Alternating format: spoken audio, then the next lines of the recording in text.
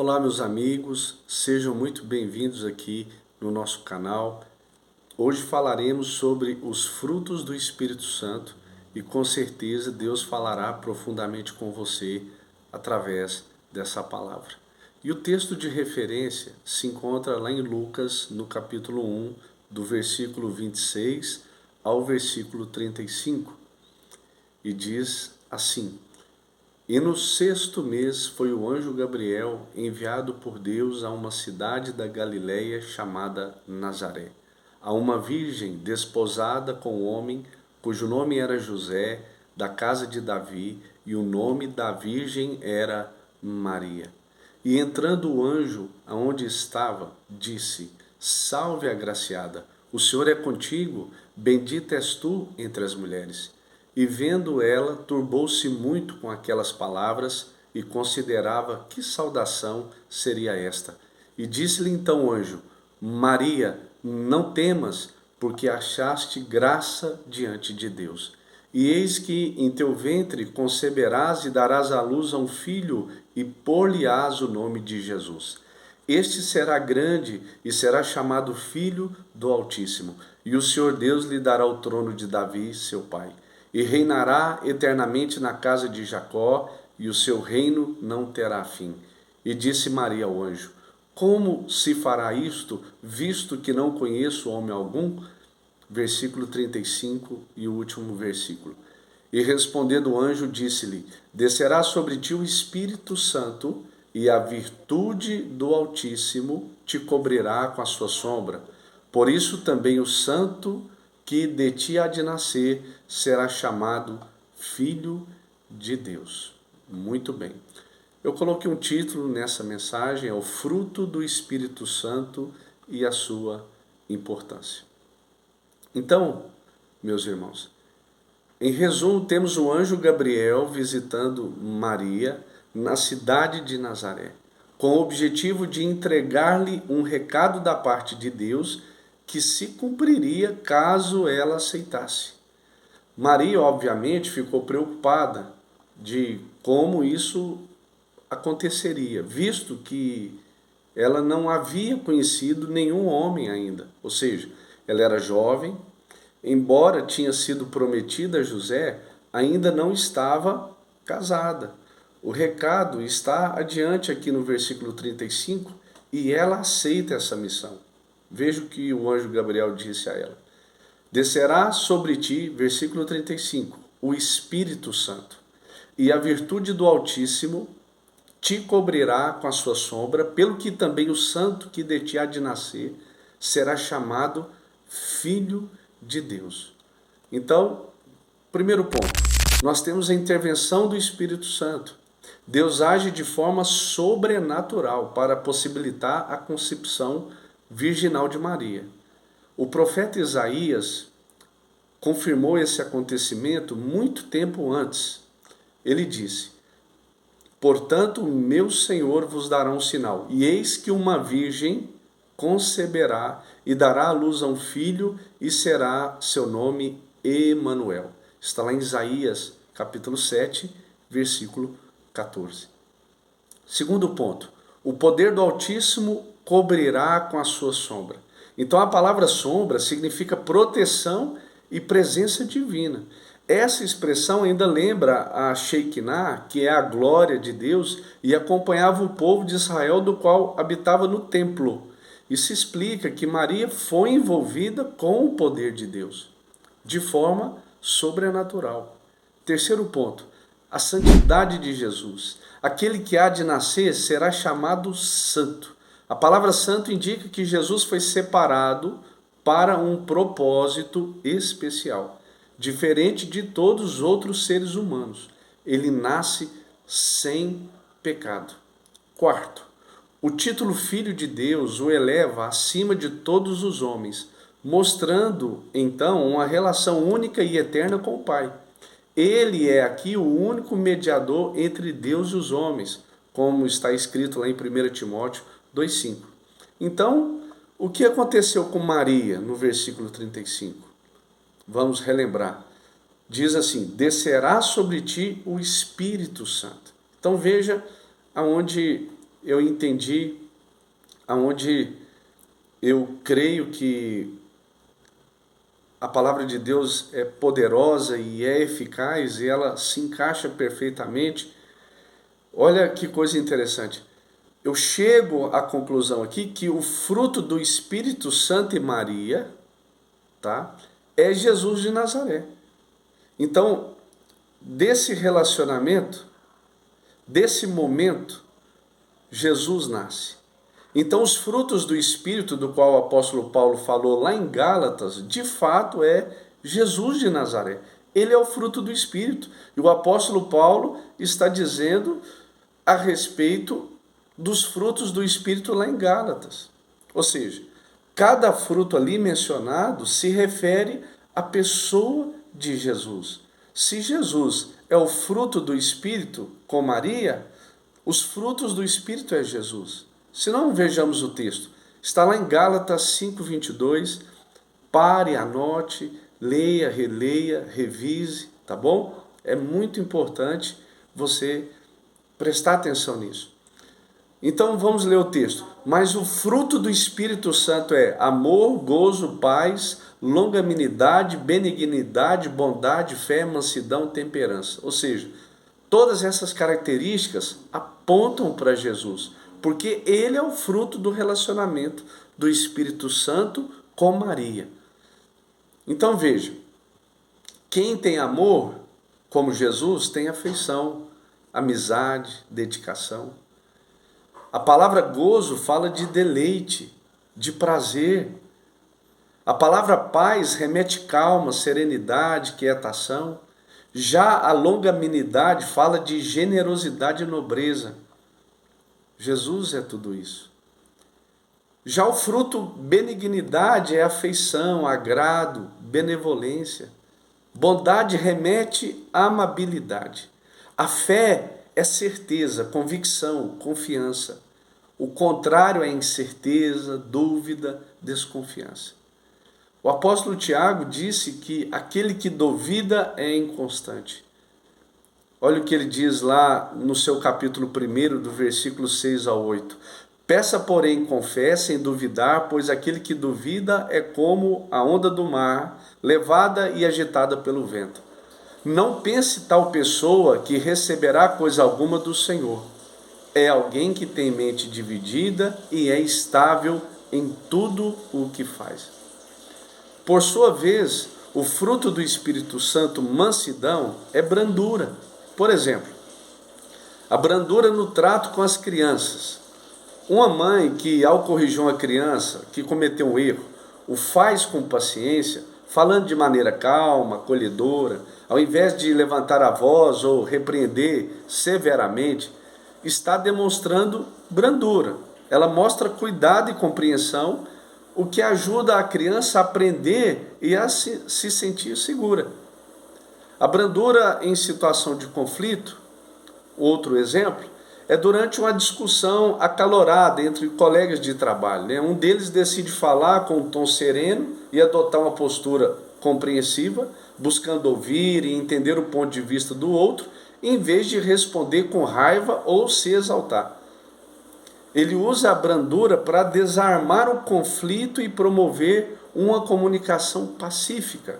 Outro exemplo de brandura, no pedido de desculpas. Uma pessoa que reconhece um erro e pede desculpas de forma genuína e tranquila, sem tentar se justificar ou acusar o outro ou terceirizar o problema, está demonstrando o quê? Brandura. Ele admite suas falhas com humildade e se preocupa em restaurar a relação, mostrando empatia e consideração. E por último, não menos importante, o fruto aqui, temperança, que fala de moderação e sobriedade, por exemplo. Nós temos o exemplo de alimentação. Uma pessoa que mesmo em uma festa com muitas comidas e bebidas tentadoras, decide comer e beber com moderação, respeitando seus limites, está praticando também a temperança.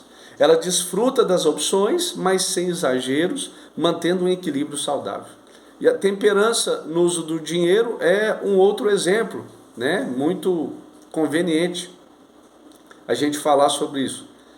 Alguém que ganha um aumento de salário, por exemplo, mas decide não gastar tudo em compras impulsivas, optando por poupar e planejar seus gastos com responsabilidade, está praticando temperança financeira. Ele equilibra seu desejo de consumir com a necessidade de economizar e planejar o futuro. Então, o primeiro ponto. Mas como podemos adquirir os frutos do Espírito? Nós falamos aqui dos frutos, né, de todos eles. Então, como nós podemos adquiri-los? Primeiro, quando aceitamos a Jesus. Olha que interessante.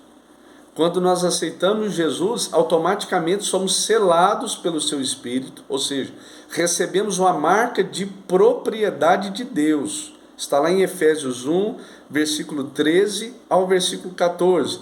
Nele também vocês, quando ouviram e creram na palavra da verdade, o evangelho que os salvou, foram selados com o Espírito Santo da promessa, que é a garantia da nossa herança até a redenção daqueles que pertencem a Deus, para louvor da sua glória. Ora, é Deus que faz que nós e vocês permaneçamos firmes em Cristo.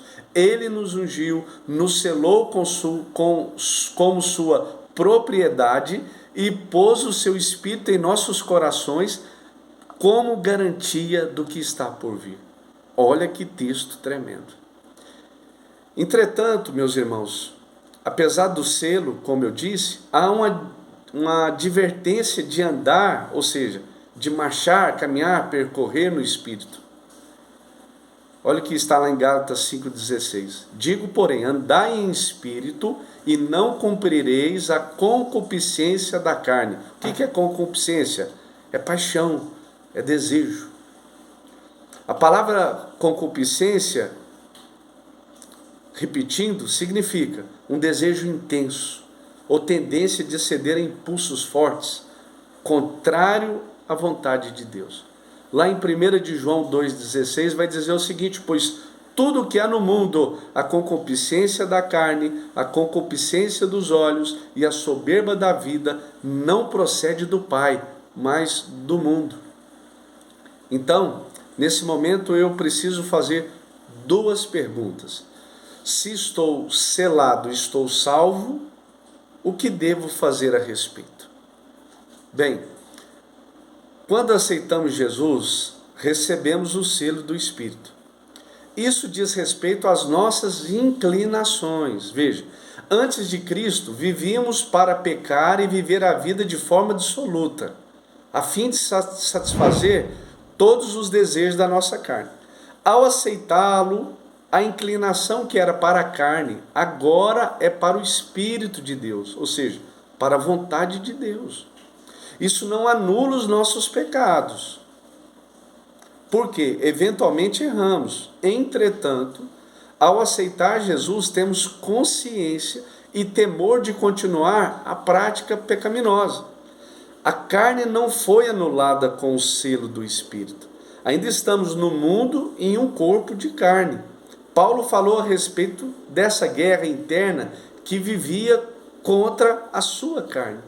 Olha o que ele diz: porque eu sei que em mim, isto é, na minha carne, não habita bem algum, pois o querer o bem está em mim, não porém o efetuá-lo, porque não faço o bem que prefiro, mas o mal que não quero, esse faço. Está lá em Romanos 7, 18 e 19.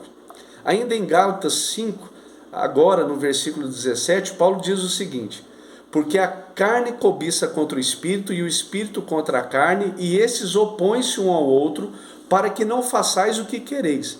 Veja que mesmo com o selo do Espírito, Paulo sabia da existência da guerra que havia dentro de cada um de nós, a saber, dentro dele, especificamente. Ou seja, não estamos imunes aos ataques. Então, como posso vencer as tentações constantes e receber os frutos do Espírito? Então, nós precisamos buscar a Deus. Lá em João 4:24 vai dizer assim: Deus é Espírito e é necessário que os que o adorem em espírito e em verdade. O segredo está em adorar a Deus no estado de espírito. Então veja, eu eu tenho que adorar a Deus em estado de espírito. Como que isso se dá? Isso significa quebrantar a nossa carne. Somos corpo, alma e espírito. E na carne não é possível adorar a Deus. Lá em Joel capítulo 2, versículo 12 e 13, isso fica bem claro. Diz assim: agora, pois, diz o Senhor, convertam-se a mim de todo o coração, com jejum, com choro e com pranto. E rasguem o coração e não as vestes, e convertam-se ao Senhor seu Deus, porque Ele é misericordioso e compassivo, tardio em irar-se e grande em benignidade, e se arrepende do mal. O jejum, meus irmãos, é uma prática cristã que visa foco, que visa consagração, que visa humildade, dependência, arrependimento, renúncia e sensibilidade ao Espírito Santo. Veja bem, nós temos alguns exemplos aqui. Jesus iniciou o seu ministério jejuando por 40 dias, a fim de vencer as tentações e fortalecer espiritualmente. Daniel jejuou 21 dias, acompanhado de oração fervorosa, tornando seu tempo de intercessão e súplica mais intensa na busca por respostas e também pela intervenção divina. Da mesma forma, a rainha Esther é um grande exemplo, e todo o seu povo, contando com animais e crianças, jejuaram por 3 dias, ou seja, não comeram e não beberam, pois precisavam de uma providência divina com urgência. Então, os frutos do Espírito é consequência das experiências que vivenciamos no dia a dia no Espírito. Paulo diz: portanto, os que estão na carne não podem agradar a Deus. Está lá em Romanos 8:8. Em Romanos 12:2, Paulo vai dizer assim: não se amoldem ao padrão deste mundo, mas transformam-se pela renovação da sua mente, para que sejam capazes de experimentar e comprovar a boa, agradável e perfeita vontade de Deus. O Espírito Santo é aquele que pode mudar nossas vidas, porém precisamos de um relacionamento próximo com Ele. O jejum é necessário para começarmos então a invocar o nome do Senhor, mas devemos pedir a Deus o espírito de súplica. Está lá em Zacarias 12:10. Diz assim: mas sobre a casa de Davi, sobre os habitantes de Jerusalém, derramarei o espírito de graça e de súplicas. Só até aqui, o texto continua. Mas veja que o profeta Zacarias ora a Deus pedindo a ele o espírito de súplica, que é a capacidade de orar. Mas devemos buscar a unção de Deus, como eu disse, ou seja, o Espírito Santo que capacita com discernimento e com conhecimento. Mas vocês têm uma unção, diz lá João, que procede do Santo, e todos vocês têm conhecimento. Está lá em 1 de João 2:20. Assim, além de vencermos a carne, temos uma caminhada mais próxima no Espírito Santo e sua vontade permanece em nossas vidas.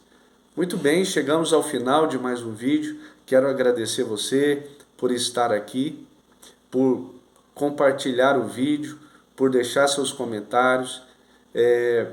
Eu acredito que nós iremos falar mais sobre a palavra de Deus, explicando os versículos da Bíblia, e que Deus possa abençoar a tua família, a tua casa, que você tenha um final de semana abençoado.